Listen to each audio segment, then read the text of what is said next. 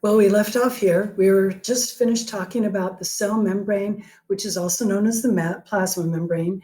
And I will warn you again that you will hear me say phospholipid bilayer so many times in this class because it's so important to understanding how things work.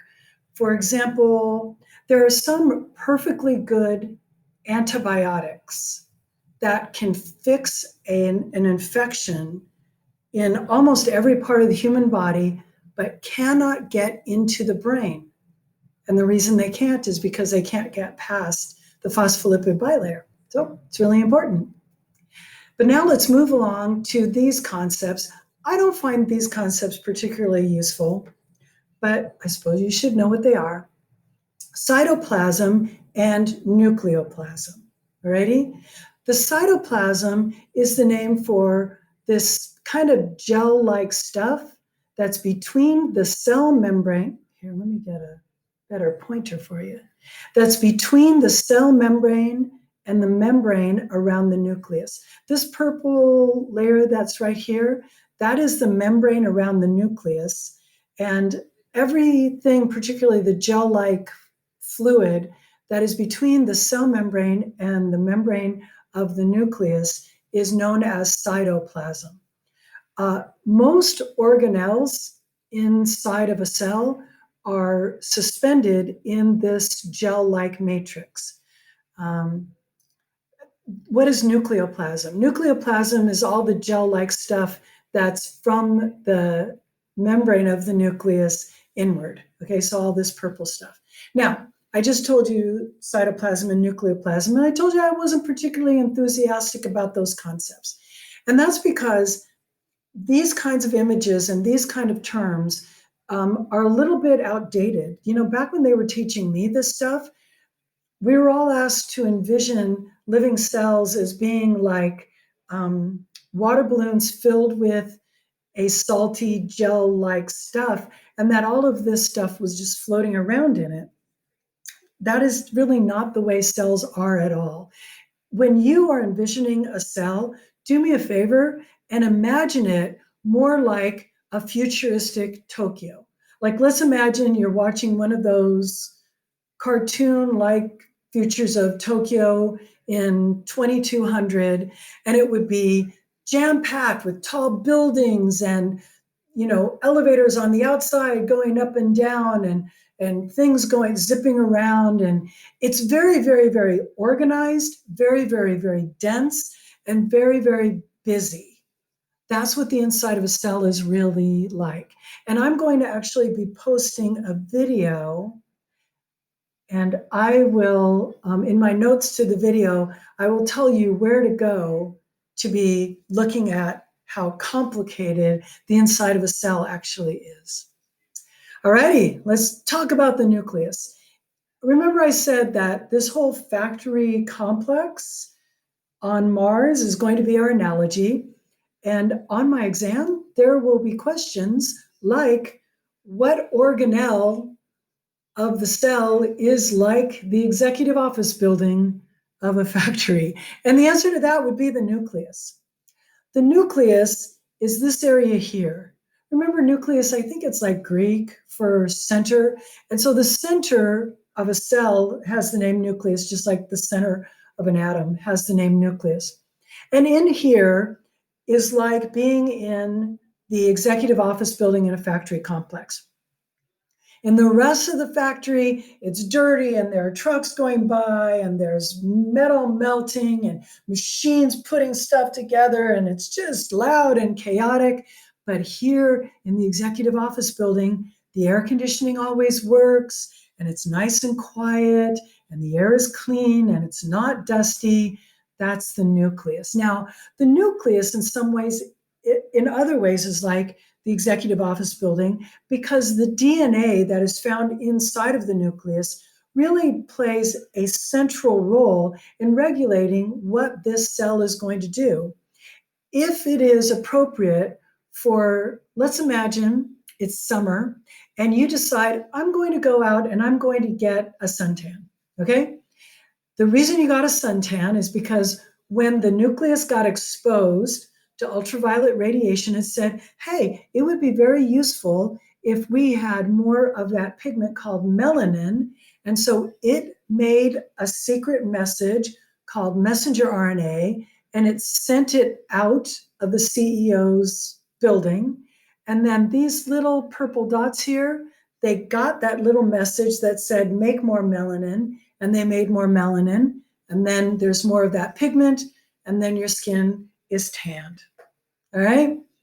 So the office building. Now, the nuclear envelope around the office building, it actually has two layers to it. Okay, we'll get to that in a second. Before we do, remember nuclear envelope, that surrounds the nucleus. It's the dividing line between the nucleus and the rest of the cell. Inside of the nucleus is this stuff called chromatin. Your chromosomes are made out of chromatin. Now, chromatin is not a molecule. Chromatin is the name for this mixture of DNA. Remember nucleic acids? DNA is one type of nucleic acid, right? So chromatin is made out of DNA with protein. Because if I haven't said it before, protein does everything. Yeah, protein biochemist, protein does everything. So chromatin is a mixture of DNA with protein that is organizing it. And chromosomes are made out of chromatin, right? What is that? What's the nucleolus? Looks like a typo, not a typo, actually a thing. There is a part of the nucleus. Okay, so here is the cell membrane of this cell, all right? And this is the nuclear envelope, all right? So all of this stuff in here is the nucleus. The dark stuff, that is chromatin. Chromatin takes the stain dark. And what is this? It looks like there's a nucleus in the nucleus. Well, it looked like that to the people who were naming these things. And so they called it the nucleolus. You need to know what happens in the nucleolus because, I don't know, for some reason that's a thing for me. It's always going to be on the exam. What happens in the nucleolus? Ribosomes get made there. What are ribosomes? You don't know yet, but we will find out very soon. Right? Let's talk a little bit more about the nucleus. It's the control center for the cell. If the cell does something, it's usually because the nucleus has instructed the cell that that is the right thing to do. So here is the entire cell. Right here, the purple part, that's the nucleus. Let's just enlarge that nucleus. That's the next image from the top. Here's the nuclear envelope. It is actually 2 layers of phospholipid. Crazy. Before we go there, chromatin is in there. Chromatin, all of your chromosomes are made out of chromatin. You know, you're used to chromosomes looking like X's. They almost never look like X's. Usually they just look like a bowl of spaghetti. That is the chromatin.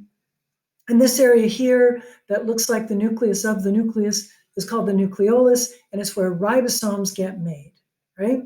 Now, the third image from the top, this shows us the phospholipid bilayer cell membrane of the nucleus. And look, it is a double layer of phospholipid. Crazy.